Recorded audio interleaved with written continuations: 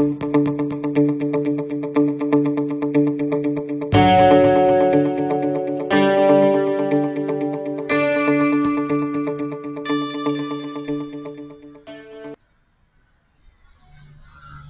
Assalamualaikum warahmatullahi wabarakatuh dan salam sejahtera murid-murid.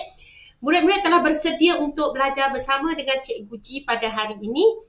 Baiklah, murid-murid mestilah bersedia dengan modul PDPR Bahasa Melayu tahun 6 beserta dengan buku teks Bahasa Melayu tahun 6 dan juga peralatan menulis. Tajuk kita hari ini ialah Berkat Hidup Sepakat. SP 1.5.2 menceritakan sesuatu perkara dengan sebutan dan intonasi yang betul menggunakan pelbagai ayat yang mengandungi bahasa yang indah.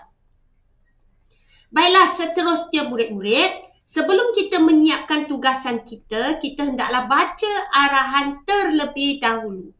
Baiklah, kita baca bersama-sama arahan pertama. Murid dikehendaki membaca buku teks muka surat 79. Kedua, murid merekod video atau audio menceritakan semula teks cerita yang telah dibaca dalam muka surat 79. Setelah itu, kita baca arahan ketiga, murid dikehendaki melengkapkan peta bulatan dan menjawab peribahasa. Baiklah, aktiviti nombor 2 ini murid-murid boleh buat setelah melengkapkan aktiviti yang ketiga. Habis aktiviti ketiga ini, murid-murid bolehlah mula merekod video ataupun audio. Merekod video maksudnya ada gambar murid-murid, sementara merekod audio maksudnya hanya suara sahaja, tiada gambar murid-murid dengan menggunakan telefon bimbit. Baiklah, seterusnya kita baca bersama-sama petikan teks muka surat 79. Berkat hidup sepakat, mendengar dan bertutur. Seikat bagai sirih, serumpun bagai serai. Ini ialah peribahasa ya murid-murid. Murid-murid tahu ke pokok sirih ya? Ataupun daun sirih? Yang dikatakan dalam peribahasa ini seikat bagai sirih. Ini dia ya murid-murid. Daun sirih ini, jika kita hendak menjual di pasar, kita hendaklah petik dan kita kumpulkan dan kita ikat daun-daun sirih tersebut. Ini yang dikatakan seikat bagai sirih. Dan pokok serai pula, ini dia. Pokok serai ni dia tumbuh berumpun ya murid-murid, dalam satu rumpun ni banyak jadi itu yang dikatakan seikat bagai sirih, serumpun bagai serai. Ini kita akan cari makna peribahasa ini. Apakah maksud peribahasa seikat bagai sirih, serumpun bagai serai? Baiklah, kita baca petikan ini. Masalah perpecahan penduduk kampung Kemuni kian menjadi-jadi. Masalah itu berpunca daripada tindakan segelintir penduduk yang mengusahakan ternakan ayam secara terbuka. Bau busuk dan masalah lalat menyebabkan sesetengah penduduk hilang sabar. Pada malam itu, Pak Junid memanggil anak buahnya. Mereka mengadakan mesyuarat tergempar. Apa ni anak buah Pak Junid ni cakap dengan Pak Junid? Apakah yang perlu kita lakukan Pak Junid? Penduduk kampung yang lain pula ni. Ya Pak Junid, lambat laun masalah ini akan bertambah parah. Memang benar, kita perlu segera menyelesaikan masalah ini. Keesokan harinya, Pak Junid berjumpa dengan pihak yang bersengketa. Pihak bersengketa ni, ya murid-murid, bersengketa maksudnya bertelaga ataupun bergaduh. Pak Junid cakap apa? Sudah, jangan bergaduh. Sudah, jangan bergaduh. Pak Junid memberikan buah fikirannya untuk menyelesaikan masalah tersebut. Beliau meminta penternak ayam menggunakan kaedah penternakan moden bagi mengelakkan masalah bau busuk dan lalat. Penduduk kampung bersetuju. Wah, bijak sungguh Pak Junid, kata penduduk kampung ini. Dan Pak Uji nak cakap apa? Seikat bagai sirih, serumpun bagai serai. Akhirnya, pihak yang bersengketa sedar akan kesilapan. Mereka berasa insaf dan saling bermaafan. Pak Uji nak cakap apa? Buang yang keruh, ambil yang jernih. Inilah kutipan ini tadi ya murid-murid. Cerita tentang sebuah kampung. Nama kampung itu ialah Kampung Kemuni. Masalah perpecahan penduduk kian menjadi-jadi disebabkan oleh ada tindakan segelintir penduduk yang mengusahakan ternakan ayam secara terbuka sehingga bau busuk dan masalah lalat bagi penduduk kampung. Baiklah, apa aktiviti kita seterusnya? Aktiviti seterusnya murid-murid dikendaki melengkapkan peta bulatan ini. Ya, murid-murid kena berikan sekurang-kurangnya 5 peribahasa yang membawa maksud hidup berjiran. Di sini Cikgu Ji beri yang pertama, bersatu teguh, bercerai roboh. Peribahasa ini menunjukkan bahawa sikap yang kita perlu pupuk dalam hidup berjiran. Kemudian yang kedua, berat sama dipikul, ringan sama dijinjing. Jika jiran kita ada melaksanakan sambutan atau majlis, kita hendaklah datang membantu. Ini yang dikatakan berat sama dipikul, ringan sama dijinjing. Ini 2 peribahasa yang Cikgu Ji telah berikan yang membawa maksud hidup berjiran yang boleh kita amalkan dalam hidup berjiran. Baiklah, murid-murid dikendaki mencari lagi 3 peribahasa ataupun jika murid-murid tidak mahu gunakan yang Cikgu Ji beri ni, murid-murid boleh buat cari 5 peribahasa yang sesuai dengan hidup berjiran. Baiklah, setelah murid-murid siapkan peta bulatan itu, kita lakukan aktiviti seterusnya. Senaraikan 5 sikap yang perlu diamalkan dalam hidup berjiran dan bina ayat yang lengkap. Ini ada terdapat dalam modul PR yang cikgu telah berikan kepada murid-murid. Baiklah, sikap pertama, kita cari dulu 5 sikap. Kemudian kita dikendaki membina ayat. Sikap tersebut ialah yang perlu kita amalkan dalam hidup berjiran. Jika kita hendak bina ayat, Cikgu Ji dah biasa beritahu murid-murid bahawa kita gunakan teknik skop, iaitu S subjek, iaitu kata nama. Dan juga K kata kerja, kita gunakan sikap. O ialah objek. Kalau kita ada objek yang hendak digunakan dalam ayat tersebut, kita masukkan O. Kalau tak perlu objek dalam ayat tersebut, kita tak perlu letak.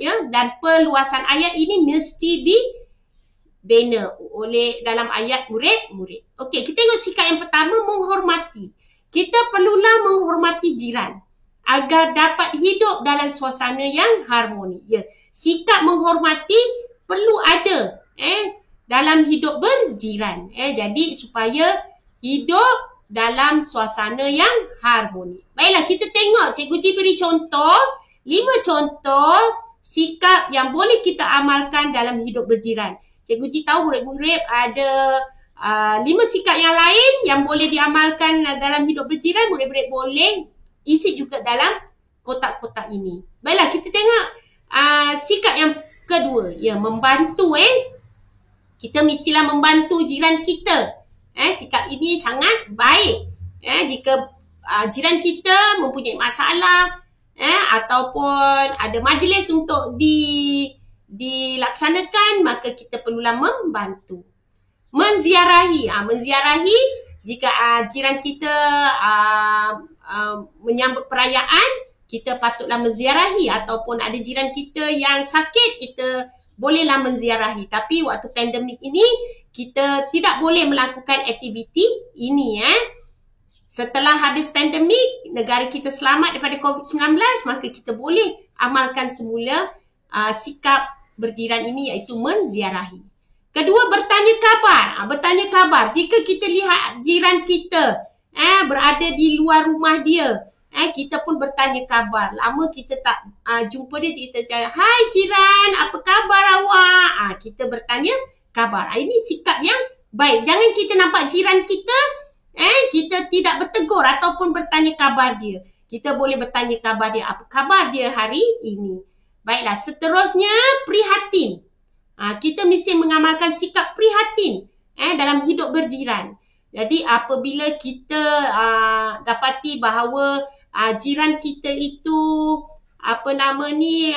perlukan bantuan kita, ataupun kita lihat jiran kita itu tiada di rumah, kita lihatkan rumahnya, kita beritahu bahawa jiran kita, hai awak jiran,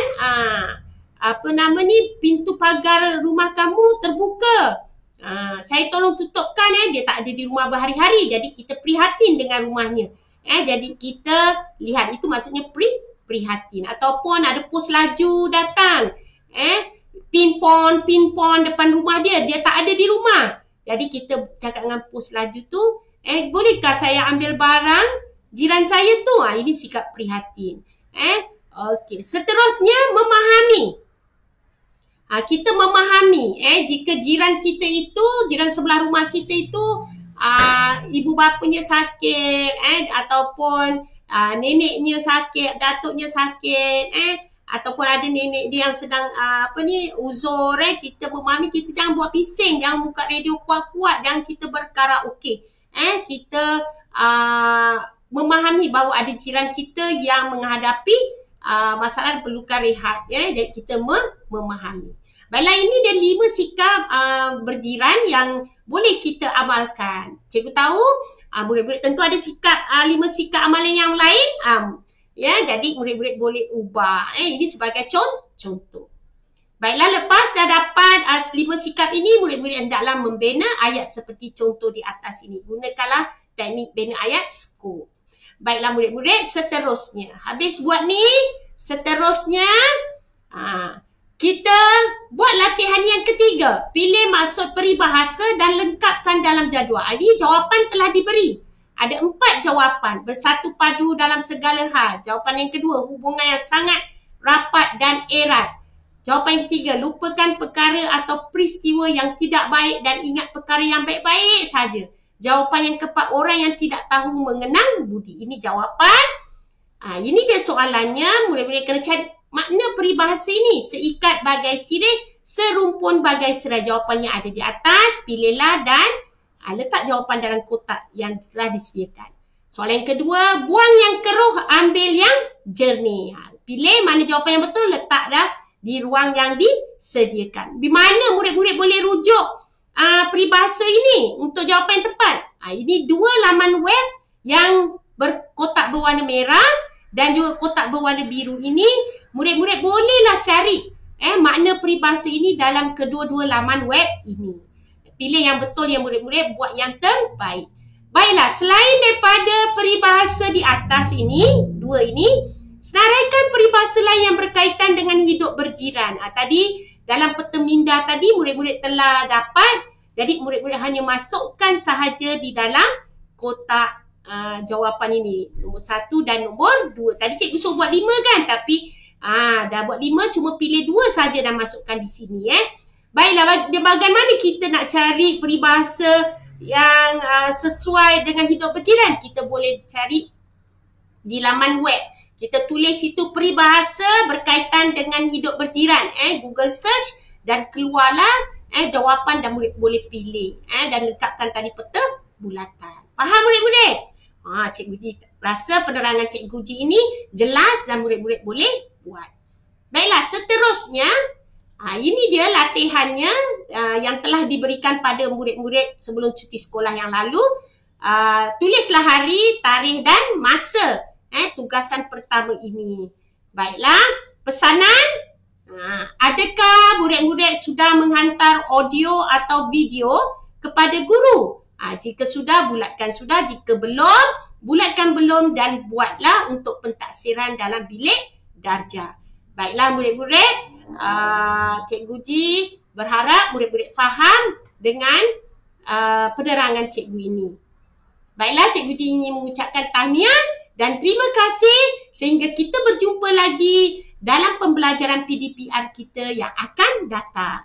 Jangan lupa murid-murid siapkan tugasan ini. Bye!